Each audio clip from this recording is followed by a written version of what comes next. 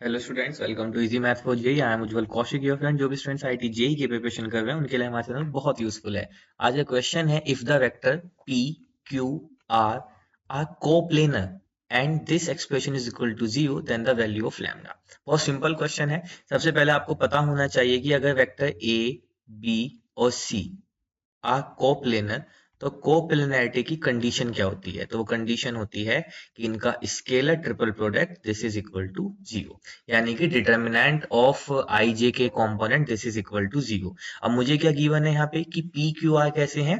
Coplanar है। तो यहाँ पे अगर मैं कोप्लेनरिटी कंडीशन यूज करता हूँ तो it means p q r this is equal to zero. It means determinant of a plus one, a, a, q vector है मेरा a plus one, a, r vector है मेरा ए प्लस वन। तो this determinant is equal to zero. अच्छा, अब इसको open कर लेते हैं डिटर्मिनेंट को। तो सबसे पहले ए प्लस वन को लेंगे तो रिमेनिंग क्या बचेगा? ए प्लस वन का whole square minus a square, minus ए लेंगे तो माइनस का ए। तो अब क्या हो जाएगा? ये खत्म, तो ए की मल्टीप्लाई करते हैं पहले। तो ए स्क्वायर प्लस ए माइनस का ए स्क्वायर प्लस सी के लिए कहेंगे तो ए। अब इसकी मल्टीप्लाई करेंगे तो ए की ए में ए स्क्वायर, फिर माइनस का ए स्क्वायर माइनस का ए। ठीक है, तो यहां से अगर मैं देखूं तो ये बन गया a plus one and this is equal to a square plus one plus two a minus a square. यहाँ से बचा माइनस का ए, दिस कैंसिल, तो ये बचा सिर्फ ए, यानी कि माइनस का ए स्क्वायर। और यहाँ पे भी ये कैंसिल हुआ, कैंसिल आउट, तो यहाँ पे बचा माइनस का ए स्क्वायर। ठीक है, तो मेरे पास जो बचा वो बचा ए प्लस वन, यहाँ से इससे ये कैंसिल, तो यहाँ से बचा one plus two a minus का ए स्क्वायर माइनस का ए स्क्वायर। अब अंदर मल्टीप्लाई कर देते हैं, तो ए की मल्टीप्लाई करेंगे तो a plus two a square plus one plus two a minus a square minus a square. अच्छा, इक्वल टू जीरो चल रहा है। This is equal to zero, this is equal to zero, this is equal to zero. अब देखो, minus a square minus a square, तो ये two a square से cancel out हुआ। तो यहाँ पे मेरे पास बचा three a is equal to minus one, और ए की वैल्यू कितनी आ गई? Minus one by three. A की value minus one by three आने से क्या फायदा हुआ? अब मुझे पी क्यू और आर ये तीनों वेक्टर इजीली मिल जाएंगे। तो चलिए लिख लेते हैं, पहले वेक्टर पी को लिख लेते हैं। तो वेक्टर पी क्या हो जाएगा? ए प्लस वन, तो इसमें प्लस वन कहेंगे हम, तो थ्री वन जा थ्री माइनस वन, यानी कि two by three i cap plus minus का one by three j cap minus का one by three k cap. ऐसे ही क्यू वेक्टर लिखेंगे तो माइनस का one by three i cap, ये प्लस का हो जाएगा यहाँ पे, प्लस का two by three j cap, फिर माइनस का one by three k cap. ऐसे ही आर वेक्टर जब लिखेंगे, minus one by three i cap minus one by three j cap, plus का यहाँ पे हो जाएगा to by three k cap.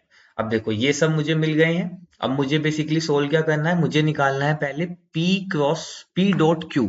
तो चलिए P डॉट Q निकाल लेते हैं। तो P डॉट Q क्या आएगा? P और Q का डॉट करेंगे तो टू बाई थ्री का माइनस वन बाई थ्री के साथ होगा, तो ये जाएगा माइनस का टू बाई नाइन।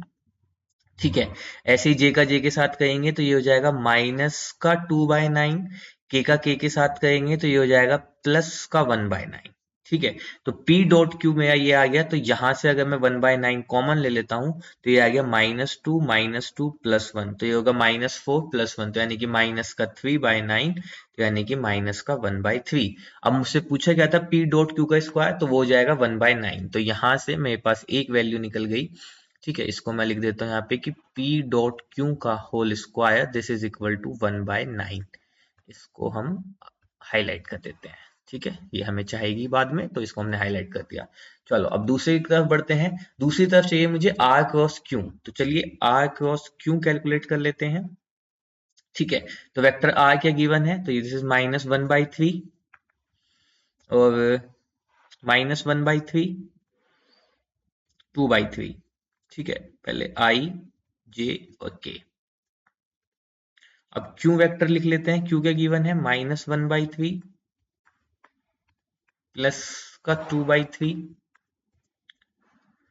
और माइनस का वन बाई थ्री। ठीक है, अब क्रॉस प्रोडक्ट करते हैं तो आई के लिए करेंगे, ये कैंसिल, तो माइनस वन तो प्लस का वन बाई नाइन माइनस का फोर बाई नाइन माइनस जे के रिस्पेक्ट में करेंगे तो प्लस का 1/9 प्लस का 2/9, के रिस्पेक्ट में करेंगे तो यहां से आ जाएगा माइनस का 2/9 माइनस का 1/9। ठीक है, तो यहां से अगर मैं देखूं तो ये आ गया मेरा, this is equal to i vector. तो यहां से 9 हमने एलसीएम लिया तो 1 माइनस 4, तो यानी कि माइनस का 3/9, तो यहां से आ गया माइनस का 1/3। माइनस जे पे गए तो ये हो गया 3/9 यानी कि 1/3।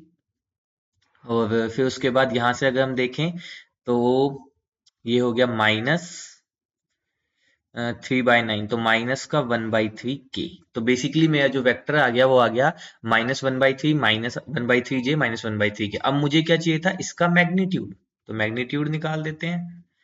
Under root of 1/9 plus 1/9 plus 1/9, तो यानी कि this is under root of 3/9 यानी कि 1/3 यानी कि 1/√3। तो r क्रॉस q की वैल्यू कितनी आ गई, 1/3। चाहिए क्या हमें, r क्रॉस q का स्क्वायर। तो r क्रॉस q का स्क्वायर किसके इक्वल आ जाएगा, 1/3 के इक्वल आ जाएगा। इसको भी हाईलाइट कर देते हैं। अब हमें सोल्व क्या करना है, 3.pqr। ठीक है, चलिए क्वेश्चन में जो सोल्व करना है उसको नीचे नोट कर लेते हैं। यहाँ पे हमें सोल्व करना है 3.p, दोबारा लिखते हैं यहाँ से 3p.q का square minus lambda times r cross q के whole square is equal to 0। तो p डॉट q का स्क्वायर 1/9 के इक्वल आया है, तो this is 3 into 1/9 minus lambda r cross q का स्क्वायर 1/3 के इक्वल आया है इंटू 1/3 इज इक्वल टू 0। तो यहां से आ गया 1/3 minus lambda by 3 is equal to 0। LCM लेंगे तो 1 minus lambda is equal to 0, तो यहां से लैम्डा की वैल्यू कितनी आ गई, 1, and lambda is equal to 1 is our right answer. I hope you are able to understand the video. If you have still doubt, you can ask to me into the comment box. Thank you very much. Please subscribe the channel. Be happy.